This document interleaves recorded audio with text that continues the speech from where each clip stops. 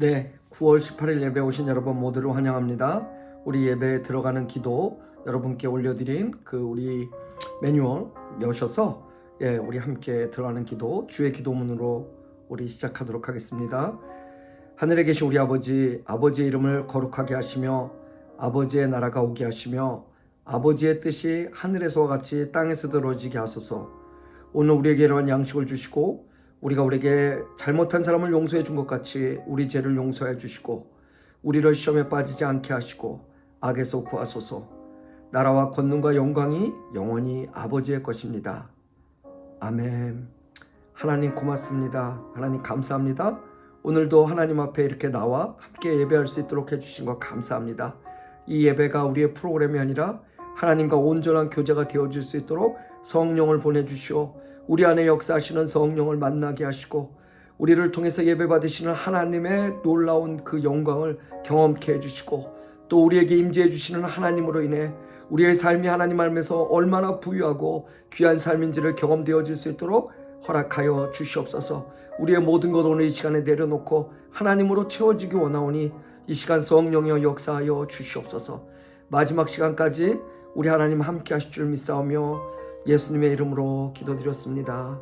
아멘. 네, 우리 여러분 나눠드린 그 매뉴얼에 나온 오늘 찬양 내 안에 가장 귀한 것 예수를 알미라 우리 같이 찬양하도록 하겠습니다.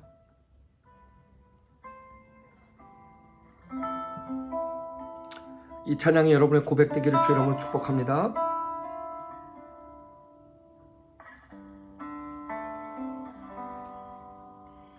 내 안에 가장 귀한 곳 예수를 알미라.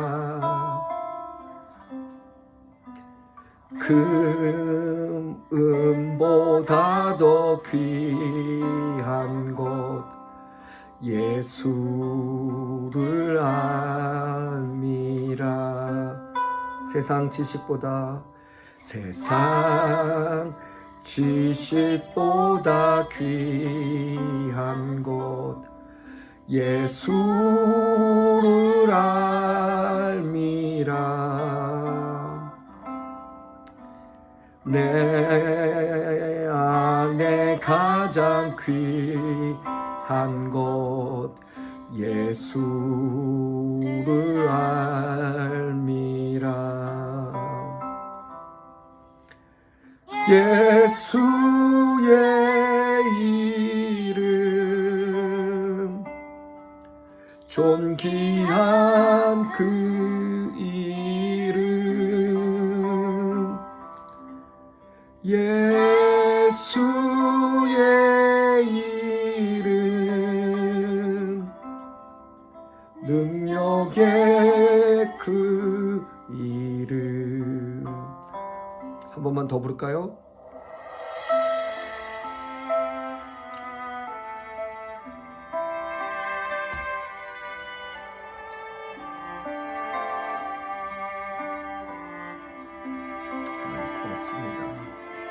우리 모두의 고백이 되게 하여 주시옵소서. 사랑하는 성도들 모두의 고백이 이 찬양이 될 수 있도록 역사하여 주시옵소서. 감사하시는 분을 기도합니다.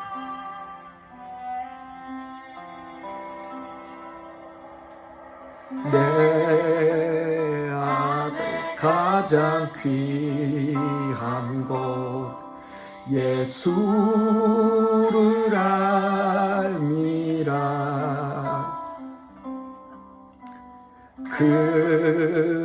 금보다 더 귀한 곳 예수를 알미라.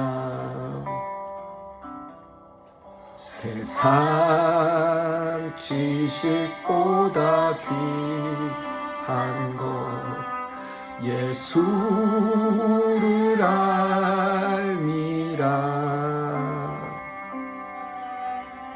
내 안에 가장 귀한 것 예수를 알미라.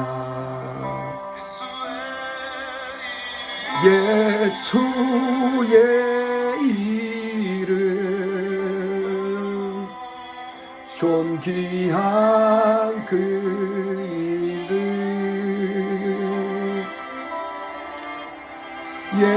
예수의 이름 능력의 그 이름 예수의 이름 존귀한 그 이름 예수의 이름 능력의 그 이름 아멘입니다. 오늘 이 시간에 여러분 이어서 우리 공동기도문 대표기도 우리 함께 또 우리 읽으면서 같이 봉독하면서 우리 기도하도록 하겠습니다. 읽겠습니다. 시작. 사랑의 하나님, 먼저 오늘 우리가 모인 이곳에 함께 하시며 우리를 불러주신 하나님의 은혜에 감사드립니다. 지난 한 주간에도 우리의 여러 가지 모습 속에서 하나님의 은혜를 구하며 죄에서 멀리하도록 우리를 인도해 주신 성령님의 주관해 주심에 감사드리며 이 시간 우리가 드리는 예배를 통해 우리의 수고와 무거운 짐을 당신 앞에 내려놓게 하시고 자유케 하소서.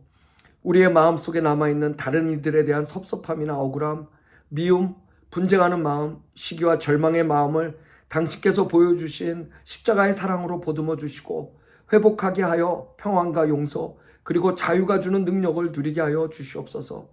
우리에게 맡겨주신 모든 일들과 사업체들 그리고 직무들을 주의 일로 여기어 죽게 하듯 잘 감당하게 하시고 어느 경우든 우리에게 주신 달란트를 잘 남겨 하나님과 세상에 칭찬받는 우리가 되게 하여 주시옵소서.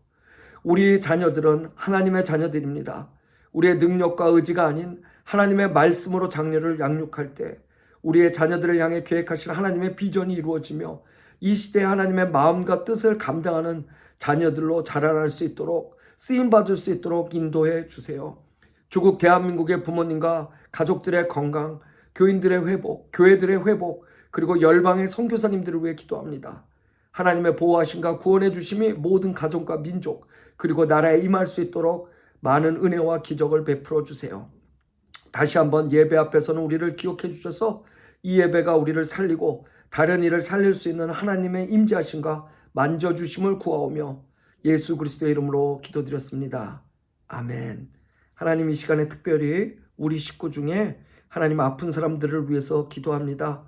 세상은 바이러스로 흉흉한 이때에 정말로 우리의 삶도 어려울 뿐만 아니라 우리의 건강조차도 우리에게 어려움을 줄 수 있는 일들이 빈번하게 일어나고 있습니다. 하나님 우리 성도들 중에 몸이 아픈 성도들을 하나님께서 기억해 주셔서 이 시간 하나님 아멘하는 모든 성도들 머리 위에 하나님 안수하시고 성령께서 깨끗이 나음을 입을 수 있도록 치유하시고 구원하시는 역사가 일어날 수 있도록 성령의 일하여 주시옵소서. 특별히 하나님 이 시간에 먼 곳에 가 있는 우리 사랑하는 식구들도 하나님께서 기억하여 주셔서 그곳에서 함께 예배드리는 이 동영상을 통해 하나님 이것이 시청이 아니라 하나님 이것이 하나님 앞에 드리는 예배이므로 이 일들로 인해 하나님 그들에게 하나님께서 주신 시간 속에 역사하시는 그 다른 공간 속에서 동일하게 역사하시는 하나님의 은혜가 임할 수 있도록 허락하여 주시옵소서. 다시 한번 우리를 우리 되게 하신 하나님께 감사드리며 예수님의 이름으로 기도드렸습니다. 아멘. 네, 우리 이어서 성경 봉독하겠습니다. 그 열어주신 그 매뉴얼 그 아랫단에 계속 보겠습니다. 에베소서 3장 20절에 있는 말씀입니다. 우리가 오늘 설교 제목이 영어 제목으로는 Seeking the Identity고 우리 제목으로는 우리가 Finding Out, 우리가 찾을 때 아니면 우리가 지킬 때, 우리가 Holding 할 때 우리가 무엇을 정체성을 그럴 때 어떤 일이 일어나는지에 대한 말씀을 또 하나님은 그런 사람들을 통해서 어떻게 일하시는지 오늘 그 말씀을 같이 좀 나누고자 합니다. 오늘 에베소서 3장 20절에 있는 말씀 하나님 앞에 우리 성도들과 한 목소리로 읽겠습니다. 시작. 우리 가운데 역사하시는 능력대로 우리가 구하거나 생각하는 모든 것에 더 넘치도록 능히 하실 이에게라는 제 말씀입니다. 오늘 이 말씀 가지고 여러분과 함께 우리 같이 말씀 나눌 때 여러분에게 또 하나님께서 주시는 은혜가 있기를 바랍니다.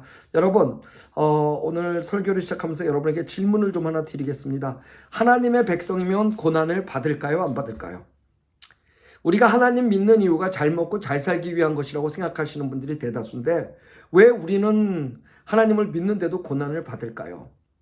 다른 이나 상황이 어려울 때 우리는 고난을 받죠. 또 우리는 어느 때 고난을 받냐면 하나님은 우리에게 의도하신 징계를 주실 때가 있습니다.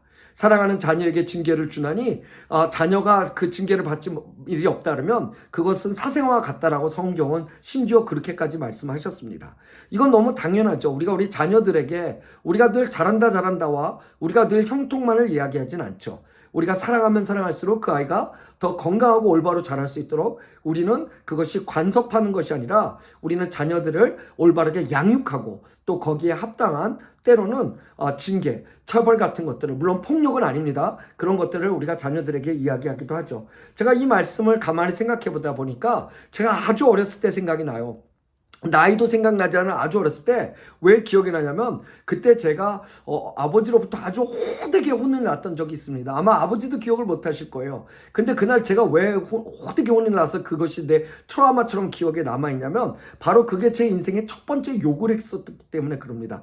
지금도 그 욕이 무슨 욕인지 정확하게 기억납니다. 그리고 왜 그 욕을 했는지 너무 어렸을 때지만 제가 그것이 기억이 나요. 그게 뭐였냐면 제가 성장하던 때는 주변에 시장이 있었어요. 그 시장에서 이제 아버지가 교회를 개척하시고 막 이럴 때인데 그 시장에 있는 사람들이 이제 교회도 오고 또 우리가 이제 시장도 늘 나가 있었고 그랬는데 그때 이제 그 시장의 주위의 친구들, 제 또래나 저보다 형 또래의 친구들을 보면 입이 되게 거른 사람이 많았어요. 지금이야 뭐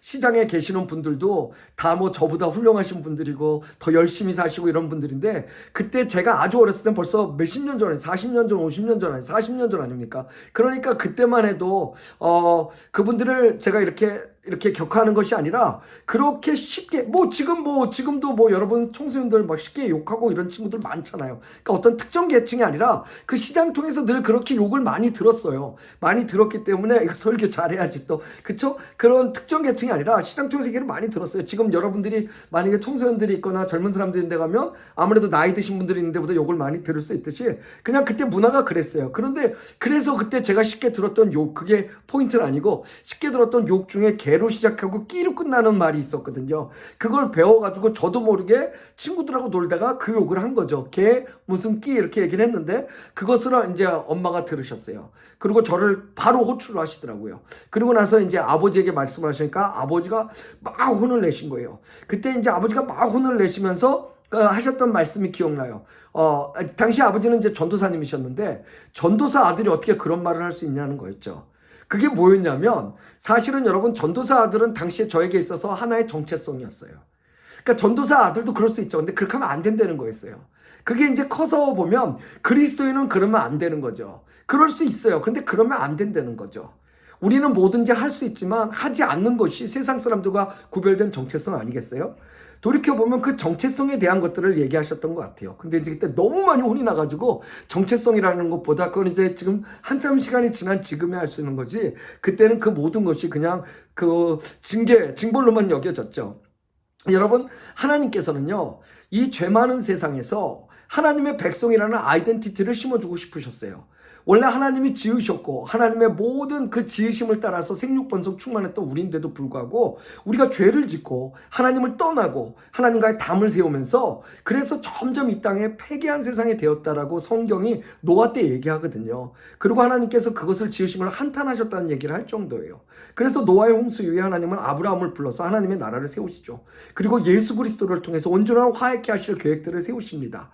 그런데 이스라엘은 그 하나님의 마음, 그 조상들의 믿음과는 다르게 시간이 지날수록 하나님 보시기에 더욱더 악을 행하고 결국 하나님이 사랑하는 이스라엘에게 하나님은 징계를 여러 번 하시는 걸 볼 수 있습니다.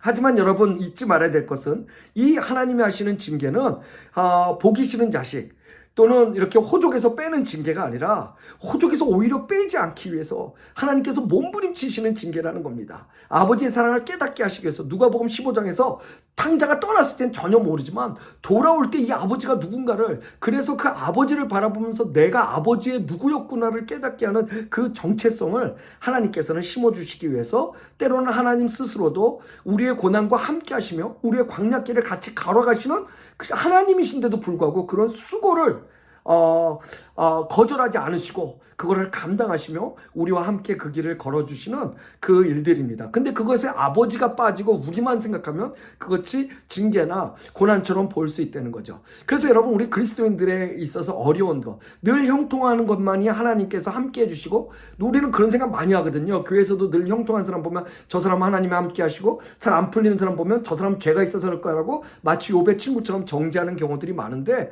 사실은 그렇지 않아요. 여러분, 하나님 안 믿고요, 얼마든지 줄 성사하지 말고 놀러 다녀보시고 얼마든지 하나님과 멀어져 보세요. 그래도 여러분 잘 된 것처럼 보일 때가 있어요. 하나님 안 계시는데도 그렇게 보일 때가 있다고요. 근데 그게 하나님 관점에서 보면 진짜 징계라는 거예요.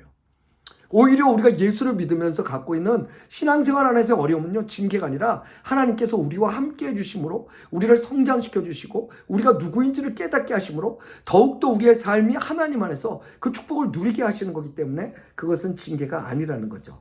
오늘 제가 여러분과 함께 나눌 말씀은 사실은 재밌는 말씀 뭐냐면 에스라서 4장에 보면 이제 말씀이 나오는데, 이 말씀에 보면 재밌는 사실들이 나옵니다. 그것이 무엇이냐면 에스라서 4장에 이제 이스라엘의 백성들이 포로로 끌려갔다 돌아오게 됩니다. 포로로 끌려갔다 돌아오게 되면서 죄송합니다. 제가 이 성경을 잠깐 좀 볼게요.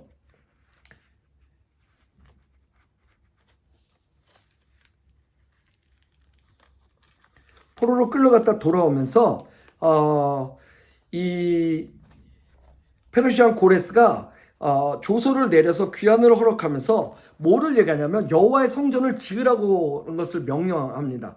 여러분, 이거 재밌는 게 뭐냐면 이 포로로 갔다가 귀환되는 것만 해도 은혜인데 하나님의 성전을 짓게까지 하는 은혜까지 있게 되는 거예요. 그것도 이방인 왕에게서. 자, 그런데 이건 사실은 한 정치인의 결정이 아니라 사실은 이건 이미 오래전에 이사야 선지자나 아니면 예레미야 선지자를 통해서 하나님께서 예언하셨던 겁니다. 그러니까 징계를 받는 것 같은 이스라엘 백성이었는데 사실은 징계를 받는 것이 아니라 그 하나님의 품을 떠났을 때, 하나님은 물론 그들과 함께 하셨지만 그들이 떠났을 때 그것으로부터 그들이 누구라는 사실을 다시금 깨닫게 되고 그 회복이 이루어질 때 그 정체성이 그냥 단순히 내가 거하던 땅으로, 고향으로 돌아오는 것에서 끝나지 않고 온전한 정체성의 회복은 바로 내가 하나님을 예배하는 자였지라는 그 성전이라는 그 의미 있는 그러니까 그 상징이 되는 것들을 통해서 하나님께서 회복시킨다는 것입니다.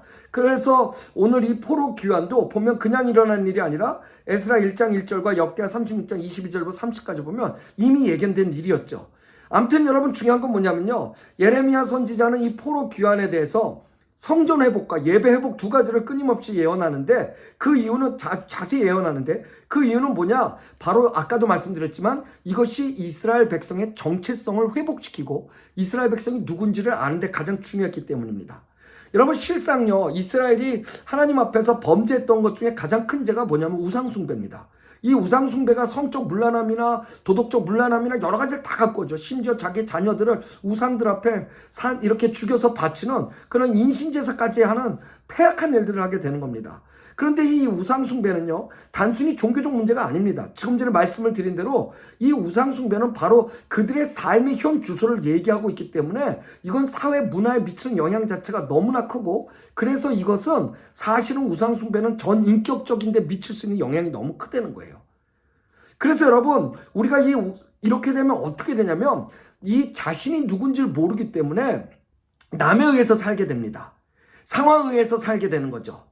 그래서 고난과 어려움이 올 때 나를 더욱더 단단하게 만드는 과정이라고, 내가 하나님께서 지금 나를 더욱더 단단하게 만드시는 과정이라고 생각하지 않고 어떻게 생각하냐면 왜 나만 이렇게 되지? 라는 그런 절망감이 오는 거예요.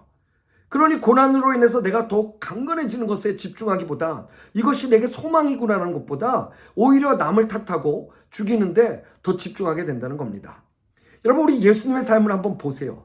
그는 남을 죽이고 탓하는데 단 1분도 시간을 쓰지 않으셨어요. 그 이유는 뭐냐면 바로 당신이 누구신지 아셨기 때문이에요. 모든 관계의 대화를 보면 사실 우리는 그래서 이 사람이 어디에 속했는지를 우리가 알 수 있는 이유도 뭐냐면 그 사람의 대화 속에 그 사람이 정말 자기가 지금 처해진 상황에서 집중해서 뚫고 나가는 일을 하고 있는지 아니면 여전히 남의 탓을 하고 있는지를 보면 알 수 있기 때문입니다. 마찬가지로 이스라엘은요, 사실은 징계받아 다른 곳에 포로로 끌려가고 뭐 아니고 이런 것이 중요한 것이 아니었어요. 그들에게 있어서 가장 중요한 것은요, 자신들이 누구냐는 사실을 잃지 않게 해서 더욱더 하나님을 예배하고 그리고 그 성전에 모이는 것이 그들에게 중요했다는 것입니다. 그런데 그것을 잃어버리니까 징계를 통해서 하나님께서 그 소중함을 깨닫게 해주시고 이제 그 백성들이 자기 땅에 오게 될 때 그냥 60만 오는 것이 아니라 원래 그들의 뿌리와 정체성이 되는 성전 건축도 허락을 했다는 겁니다. 자, 그런데 이것이 재밌는 일이 뭐냐? 여러분 에스라서 4장에 여러분들 한번 읽어보시면 아주 재밌는 사실이 납니다. 그 사실은 뭐냐면 건축을 이렇게 허락했는데 느닷없이 유다와 베냐민, 유다 그 지파죠. 그 지파에게 누가 찾아옵니다. 그 사람들은 누구냐면 사마리아인들입니다. 사마리아인들은 원래 북이스라엘, 여러분 북이스라엘이 둘로 나눠지죠. 그래서 북이스라엘 왕국과 그리고 유다가 되는데 이 북이스라엘의 수도가 사마리아였습니다. 이 사마리아인들이 찾아와서 에스라 4장에 보면 우리도 성전 짓는데 같이 참여하면 안 돼? 이렇게 얘기를 하게 되는 겁니다. 자, 그런데 성전을 짓는 게 얼마나 힘들겠습니까? 그러니까 이 짓는데 누군가가 참여해주면 얼마나 고맙겠습니까? 그런데 여기서 보니까 재밌는 사실은 3절에 그 일을 맡은 수룹바벨과 예수아와 기타 이스라엘 족장들이 이르되 뭐라 그러냐면 이렇게 얘기합니다. 우리 하나님의 전을 건축하는 데는 너희는 우리와 상관없다. 이렇게 얘기해요. 그리고 페르시아 왕 고레스가 우리에게 명한 대로 우리가 이스라엘 하나님 여호와를 위하여 홀로 건축하리라 이렇게 얘기합니다. 누군가가 우리 성전을 짓는데 그것도 뿌리가 아브라함이 같은 사마리아 사람들이 와서 같이 짓겠다는데 못 짓게 하는 거예요. 여러분 전반부에 제가 말씀드린 게 뭐였죠? 우리가 징계를 받는 이유는 뭐냐? 바로 하나님이 그 일들을 통해서 우리가 누군지를 깨닫게 해주시는 정체성 때문이라고 말씀을 해주셨죠. 그래서 에스라 4장의 예를 들면서 포로의 귀환 때 하나님은 그냥 60만 오는 것이 아니라 성전도 같이 지어서 그들의 뿌리가 누구고 무엇에 있고 그리고 그들이 누구인지를 하나님이 알게 하시기 위해서 성전도 건축하게 하셨다 그랬잖아요. 그런데 오늘 사마리아인들이 와서 이걸 같이 짓겠다는데 오늘 이 유다 사람들이 반대를 합니다. 이 반대를 하는 이유가 뭘까요? 이걸 한번 찾아보니까 여러분 그 키가 왜 있냐면 열왕기하 17장에 있더라고요. 열왕기하 17장 조금 길지만 제가 한번 읽어봐 드릴게요. 여러분께서 한번 좀 들어봐 주세요. 이스라엘 자손이 가만히 불의를 행하여 그 하나님 여호와를 배역하여 모든 성읍에 맞대로부터 견고한 성에 이르도록 산당을 세우고 모든 산 위에 모든 나무 아래에 목상과 아세라상을 세우고 또 여호와께서 저희 앞에서 물리치신 이방 사람 같이 그곳 모든 산당에서 분향하며 또 악을 행하여 여호와를 경록해 하였으며 우상을 섬겼으니 이는 여호와께서 행치 말라 명하신 일이라. 여호와께서 각 선지자와 각 선견자로 이스라엘과 유다를 경계하여 이르시기를 너희는 돌이켜 너의 악한 길에서 떠나 나의 명령과 유례를 지키되 내가 열조에게 명하고 또 나의 종 선지자들로 너희에게 전한 모든 율법을 행하라 하셨으나 저희가 듣지 아니하고 그 목을 굳게 하기를 그 하나님 여호와를 믿지 아니하던 저희 열조의 목과 같이 하여 여호와 율례와 여호와께서 그 열조로 더불어 세우신 언약과 경계하신 말씀을 버리고 허무한 것을 쫓아 허망하며 또 여호와께서 명하사 본받지 말라 하신 사면 이방 사람을 본받아 그 하나님 여호와의 명령을 버리고 자기를 위하여 두 송아지 형상을 부어 만든 거로 아사라 목상을 만들고 하늘에 이루엘 성신을 숭배하고 또 바알을 섬기고 자기 자녀를 불 가운데 지나가게 하며 복술과 사수를 행하고 스스로 팔려 여호와 보시기에 악을 행하여 그 노를 격발케 하였으므로 여호와께서 심히 노하사라는 말씀이 나오거든요. 이게 열왕기하 17장에 9절부터 19절에까지 있는 말씀인데 여러분 이 북이스라엘이 이렇게 하나님 원하시지 않는 모든 우상 숭배를 하게 됩니다. 그 이유가 뭐냐면 여러분 아수르에서 이렇게 돌아온 아수르에서 그 아수르의 그 치하에 있던 이 북이스라엘 왕국이요. 결국엔 애굽을 이용해 가지고 독립을 하게 됩니다. 그런데 3년 만에 아수르에게 다시 이렇게 지배를 당하게 돼요. 그러니까 아수르가 완전히 화가 났겠죠. 그러니까 아수르가 북이스라엘을 어떻게 통치하냐면 아수르에 있는 사람들을 북이스라엘 사마리아, 수도인 사마리아로 사람들을 이주시킵니다. 그리고 북이스라엘 왕국의 사람들을 아수르의 포로로 데려가요. 그래서 이게 이제 민족이 반대로 섞이게 되면 어떻게 되겠습니까? 그곳에서 혼합 정책을 이용해 가지고요, 아수르가 원래 북이스라엘의 정체성을 완전히 다 없애버리려고 노력을 합니다. 그러니까 각종 우상들을 다 갖고 들어와서 북이스라엘 왕국 사마리아에 그 들어와 있는 아수르 사람들이 그곳에 사는 북이스라엘 왕국 사람들과 함께 힘으로, 문화로, 찬란한 문화로, 그리고 그 종교적 힘으로 그런 모든 것들을 섞어버립니다. 그래서 어느 지경까지 가게 되냐면, 여러분 나중에 읽어보시면 재밌는 게 열왕기하 17장에 28절부터 31절까지 각종 그들이 믿었던 신이 다 나와요. 그 중에 이제 스꽃브노시라는 신도 나옵니다. 29절에 이 스꽃브노시 30절에 이 스꽃브노스는 뭐냐면, 여러분 스타벅스에 여러분 그 여신 있죠, 사이넨. 그 사이넨 신의 원신입니다, 이것이. 그러니까 여기서부터 이미 이 우상 숭배가 됐던 거예요. 나중에 이거 찾아보시면, 아니요, 제가 그 올려드린 사진을 한번 보시면 그 사진에 여러분들이 그 모습을 보실 수 있을 거예요. 어쨌든 중요한 것은 그것이 아니라 모든 우상이 이렇게 다 들어왔다는 거예요.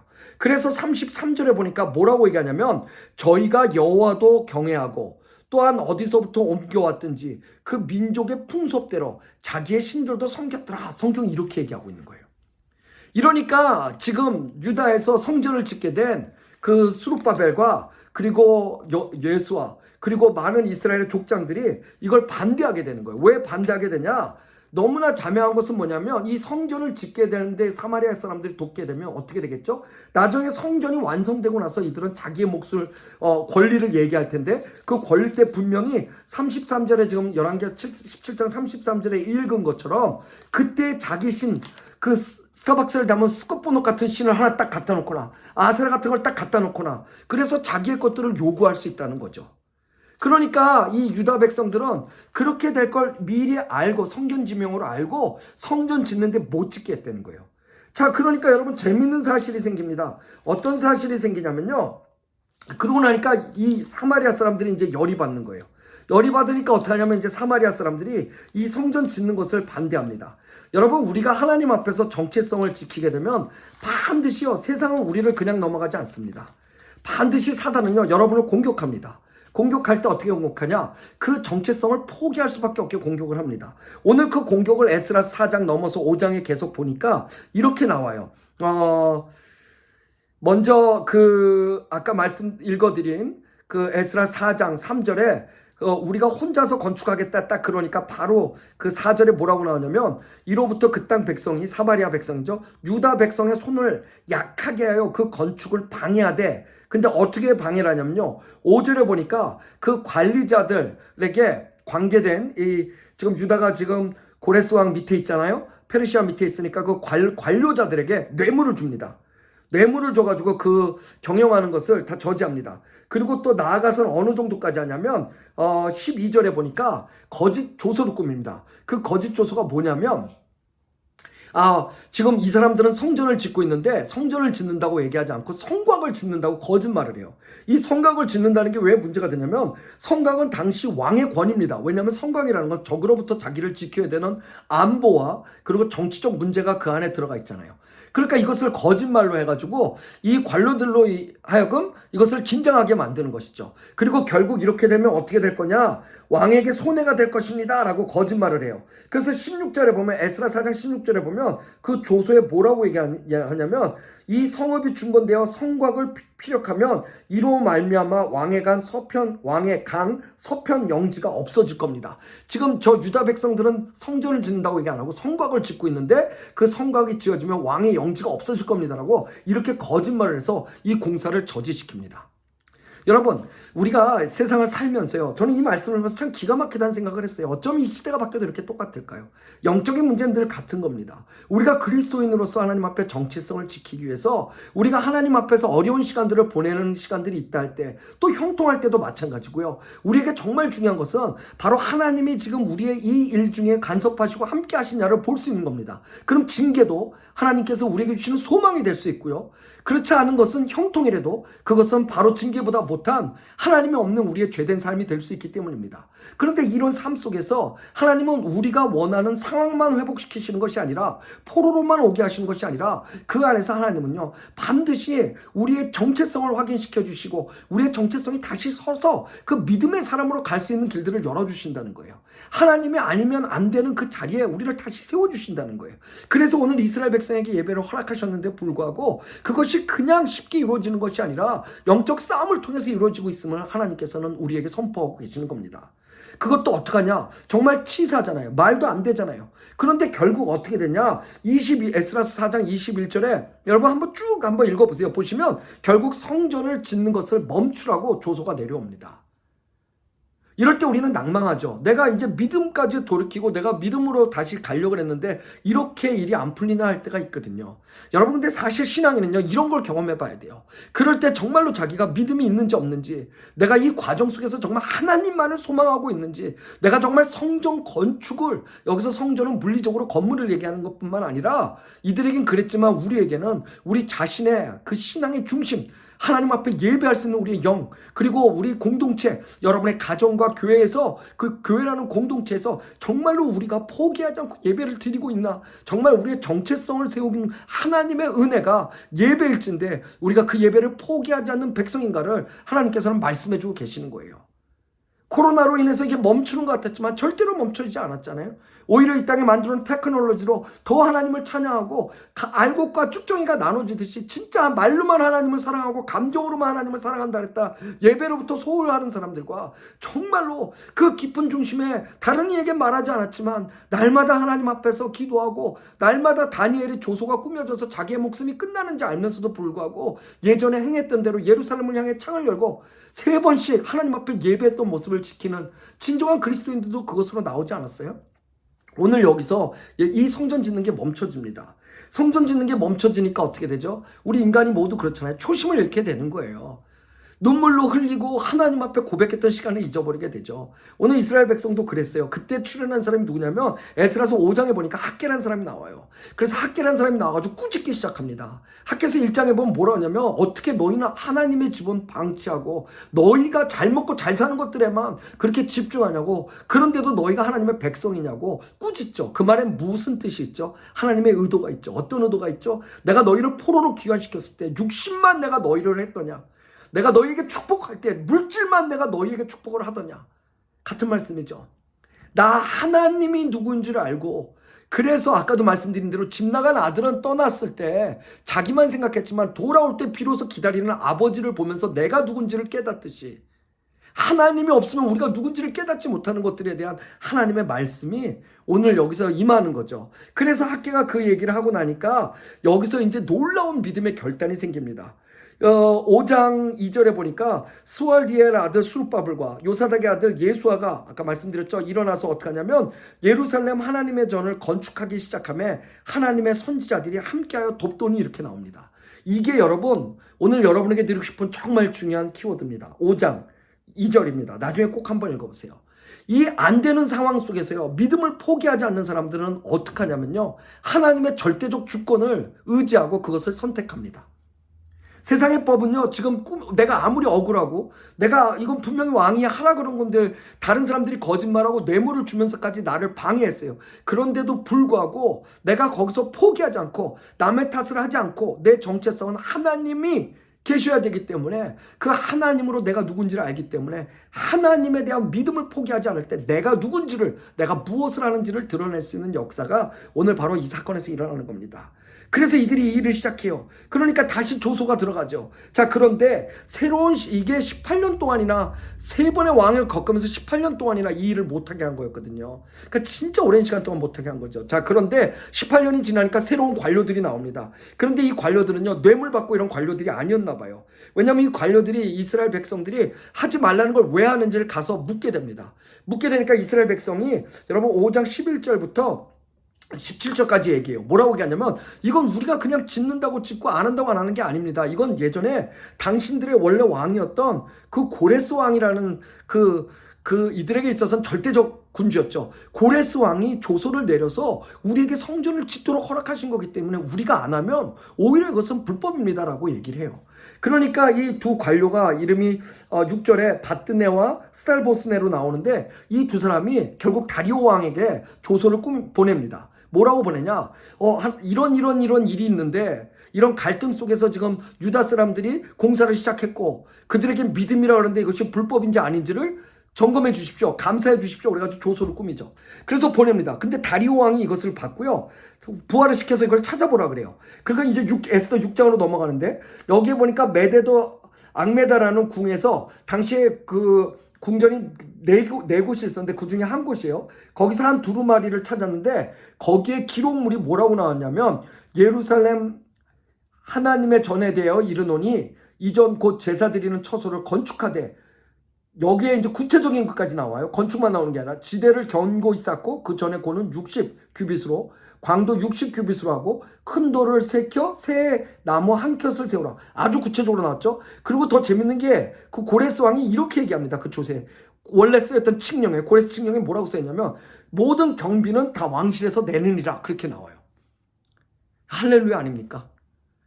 예? 내가 하나님의 정체성을 지키기 위해서 내가 믿음을 포기하지 않을 때 뇌물을 주고 거짓말까지 했던 그 사람들을 하나님이 그 사람들로부터 하나님의 일하심을 보여주시는 거죠. 어느 때 어떤 경우든 내가 그 믿음을 포기하지 않고 내 정체성을 지키려고 할 때 끊임없이 내 정체성을 찾고 추구하는 그 일들을 통해서 하나님이 이 인생을 역전시켜 주시는 거예요. 자, 이 사건이 있는데 더 재밌는 것은 뭐냐면요. 그런데 이 칙령을 딱 보고 다리오 왕이 이거 성전을 멈추게 하면 안 되는구나. 누구든 이걸 방해하면 안 된다라고 얘기를 합니다. 그래서 뭐라고 했냐면요. 이렇게 얘기해요. 6절 이하에 보니까 이 강 서편 총독 바드네와 스달보스네 아까 그 새로운 관료죠. 그리고 너희 동료와 강 서편의 아비삭 사람들은 그곳을 멀리하여 거기서 손대지 말라는 거죠. 하나님 전 역사를 막지 말고 유다 총독과 장로들로 하여금 이 전을 본초에 원래 지어야 되는 곳에 마저 짓게 하라는 겁니다. 야, 이제 왕이 이렇게까지 얘기를 하는 거예요. 전세가 역전됐어요. 자, 그런데 더 재밌는 사실은 뭐라고 하냐면요. 이 건축하는 것에 내가 명령하는데 뭐라고 하냐면 아까 이 경비를 왕실에서 거둬야 된다 그랬잖아요. 왕실에서 다 된다 그랬잖아요. 근데 지금 뭐라고 하냐면 강서편 세금 중에서 그 경비를 신속하게 주래요. 근데 강서편이 어딘 줄 아세요? 그 강서편 세금을 걷는 거를 성전 건축에 주려는데 이 강서편이 바로 유다인들을 뇌물을 주고 그리고 반대하기 위해서 뇌물을 주고 그리고 그 거짓말을 일컬었던 바로 그 사마리아 사람들이 거주하는 곳입니다. 그들은 우상을 그 안에 넣고 그리고 섬기기 그리고 그 일을 조인하기 위해서 자기들의 어떤 그런 부분들을 영적인 전쟁 속에서 그런 악한 부분들을 넣었지만 그래서 그것이 반대가 되자 믿음을 지키는 자를 향해서 마음껏 그들은 조롱하며 자신들이 세상에서 쓰는 방법들이 옳다고 얘기했지만 결국 하나님은 이 전세를 역전시켜 주셨을 뿐만 아니라 오히려 그렇게 핍박하던 사람들의 것을 걷어다가 이 성전을 짓는 일에 하나님은 완성시키게 하십니다. 그러면서 여기서 반대하면 어떻게 하냐면 들보를 빼내고 그 반대하는 사람들은 만약에 명령을 지키지 않으면 들보를 빼내고 그 위에 목을 매거나 아니면 그 집이 거름더미가 되게 하라고 11절에 얘기하고 있어요. 여러분 거름더미가 뭐죠? 똥밭입니다. 똥밭이 되게 하라는 거죠. 예? 그러면서 뭐라 하냐면 신속히 행하라고 얘기합니다. 사랑하는 여러분, 오늘 여러분과 함께 말씀을 나누면서 우리가 하나님 앞에 정말 어떤 시간이든 이것이 징계인지 아닌지를 볼 수 있는 것들은 그 안에 하나님이 우리에 대한 마음이 어떤지를 우리가 볼 수 있어야 됩니다. 그래서 하나님은요 선지자를 통해서 끊임없이 말씀하셨던 거예요. 지금 시대로 말하면 그래서 하나님은 끊임없이 여러분에게 말씀을 통해서 말씀해주고 계시는 거예요. 자, 이럴 때 정말로 우리가 믿음을 지켜야 되는 거. 그 지킬 수 있는 것은 무엇이냐? 바로 우리의 정체성이 하나님으로 인해서 우리가 찾을 수밖에 없다는 사실을 깨닫게 되는 겁니다. 그럴 때 하나님이 우리에게 전세를 역전시켜 주신 건 사실 우리의 관점이죠. 예? 우리를 핍박하던 자들로 우리가 축복받을 수밖에 없이 하는 것은 우리가 보기에 인생 역전이지만 하나님 보시기에는 이미 그 전부터 계획하셨던 거예요. 고레스 칙령부터 해가지고 3대 왕까지 거칠 때까지 이런 어려운 시간이 있더라도 결국은 하나님의 일하심이 틀리지 않았다를 보여주시는 신실하신 하나님의 약속이 이루어졌다는 겁니다. 이럴 때 우리가 오늘 읽었던 본문의 말씀, 우리 가운데 역사하시는 능력대로 우리가 구하거나 생각하는 모든 것에 더 넘치도록 능하게 하시리가 하나님이심을 우리가 고백하는 겁니다. 사랑하는 여러분, 여러분의 인생은 복될 수밖에 없습니다. 하나님이 함께 하십니다. 그 하나님은 어제나 오늘이나 내일이나 신실하십니다. 그분의 약속은 변하지 않습니다. 그분은 약속을 오히려 우리보다 더 신실하게 그 계약을 지키기 위해서, 그것을 실행하기 위해서 그분은 주무시지도 않고, 그리고 그분은 졸지도 않으시며 우리를 통해 그 이끌어 가심을 늘 그것을 감당해 가십니다. 그러나 우리는 그렇지 않습니다. 성전을 짓기에 하나님께서 우리에게 허락해 주셨음에도 불구하고 우리가 예배를 포기하고 그 모든 것에 어려움이 올 때 우리가 초심으로 돌아가지 못하고 오히려 거기서 무너져서, 그럴 때도 학계의 선지자를 통해서 하나님의 성전은 그렇게 되는데 너희는 어떻게 그렇게 살아가고 있느냐를 깨닫게 해주시듯이, 오늘 우리에게도 먹고 사는 세끼 인생보다 중요한 하나님으로 인해 사는 인생을 우리에게 말씀해주고 계신다는 겁니다. 그 말씀을 들을 때, 그리고 그 말씀으로 믿음의 결단을 해서 이제 이 건축은 이제 이 왕에게 있는 것이 아니라 이 모든 주것은 하나님에 있습니다를 선포할 때, 왜? 하나님이 주신 약속, 세상은 거짓말이라고 얘기해도 나는 아니까 그 약속을 붙잡고 가는 삶을 통해 하나님이 이루실 거라고 믿어서, 그래서 그 18년이 지난 후에도 포기하지 않고 그 일을 시작했던 수룹바벨과 예수아와 그리고 주파의 장로들처럼 그 믿음을 행할 때, 그 믿음이 우리 안에 꼭 있어야 되잖아요. 우리의 인생에 정말로 성장하기 위해선 여러분 반드시 그런 것들을 겪어야 되지 않겠어요?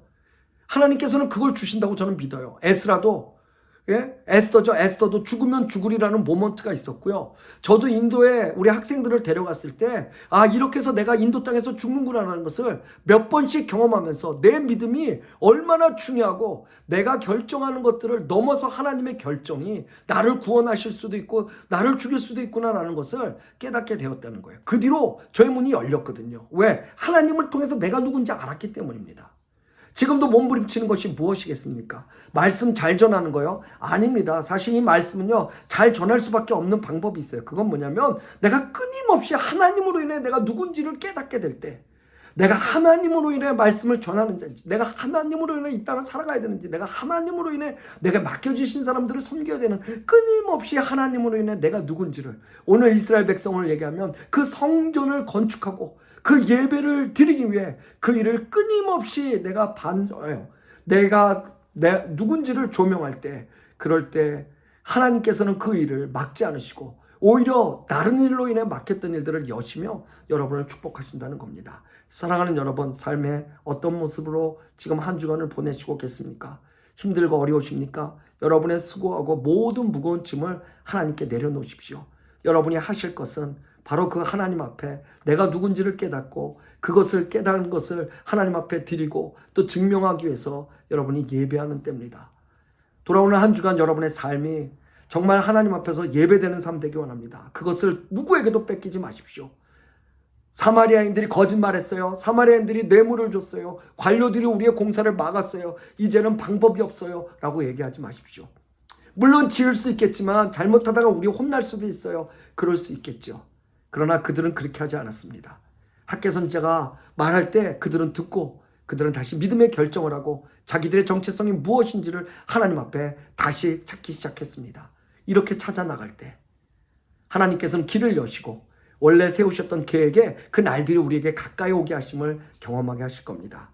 사랑하는 여러분, 이제 말씀을 마치겠습니다. 오늘 말씀을 통해서 하나님께서 여러분에게 하시는 말씀이 무엇입니까? 하나님은 어떤 분이신 줄 아십니까? 우리 가운데 역사하시는 능력대로 우리가 구하거나 생각하는 모든 것에 더 넘치도록 능히 하시리라고 말씀하고 계십니다.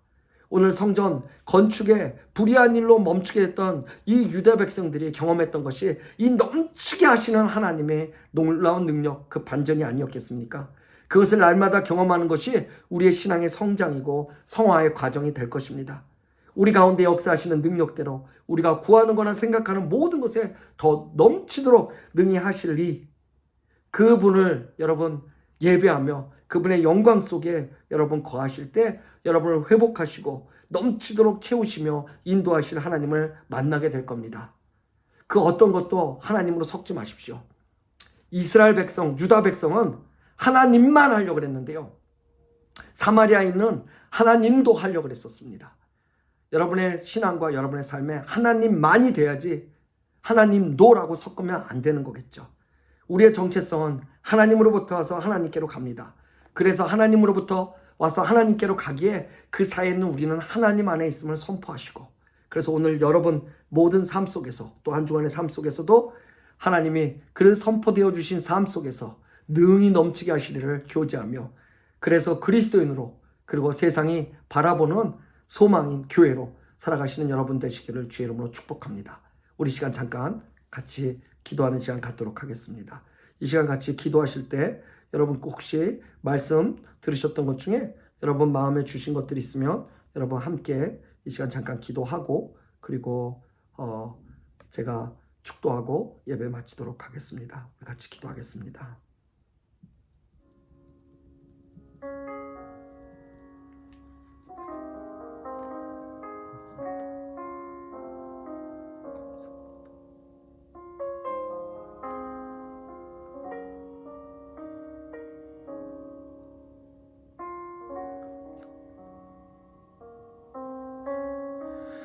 우리의 정체성을 보게 하도록 도와주시옵소서.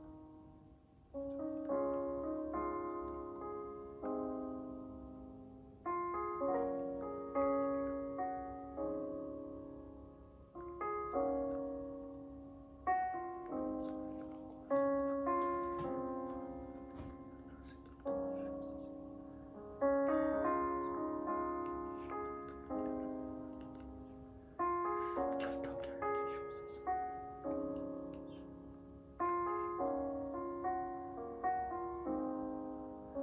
사랑의 하나님 고맙습니다. 감사합니다.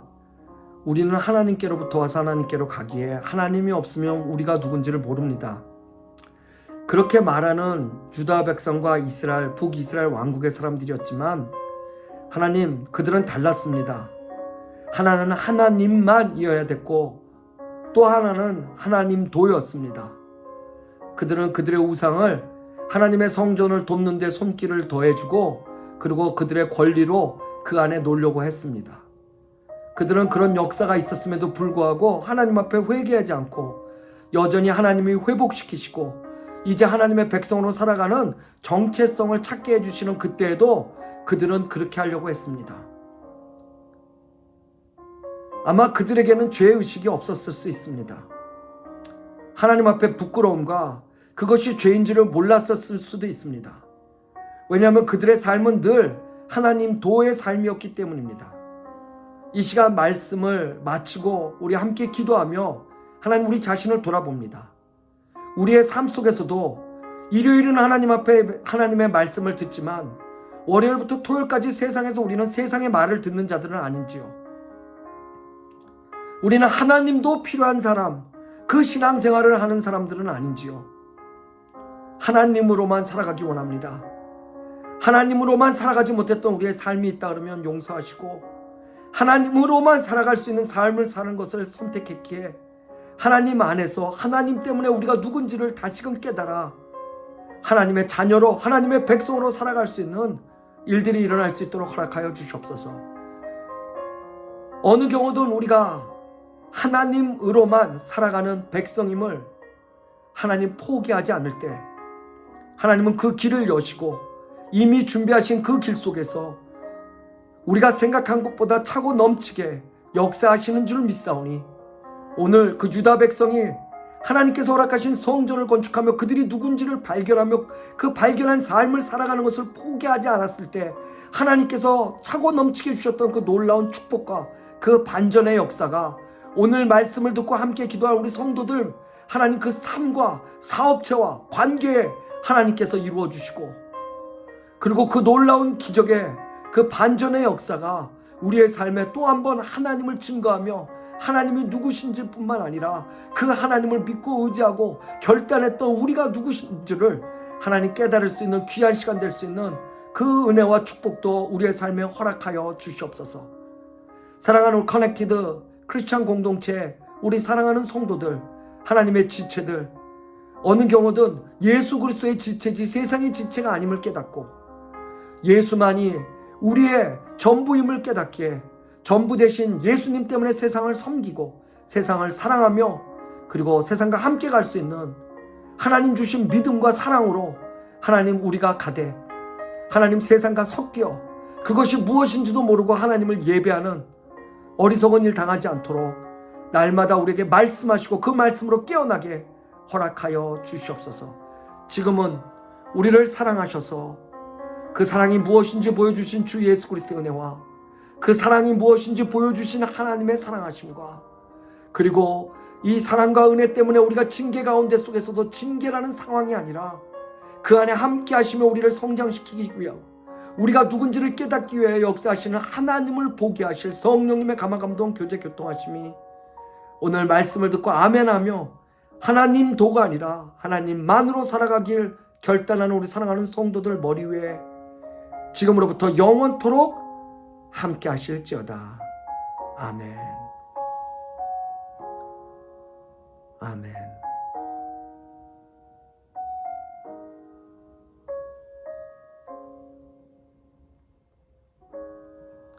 감사합니다. 오늘 예배가 마쳤습니다. 오늘 성만찬은 빠졌습니다. 사랑하는 여러분, 하나님으로만 사시는 여러분 되시기를 주의 이름으로 축복합니다. 우리 또 한 주간 잘 지내시고요. 우리 다음 주에 또 뵙도록 하겠습니다. 고맙습니다.